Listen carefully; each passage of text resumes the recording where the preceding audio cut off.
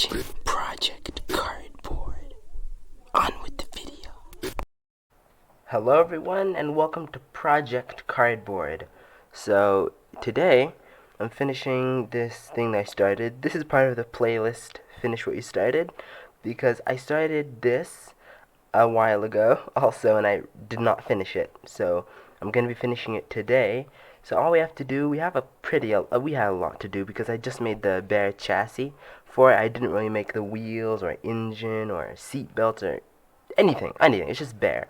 It's the bare chassis waiting for me to put on the engine block, all the wiring. That's going to be really fun, I think. The rear tires and the front tires and the whole body thing over it. This will be exciting, guys. I'm hyped up about it. Let's jump into it.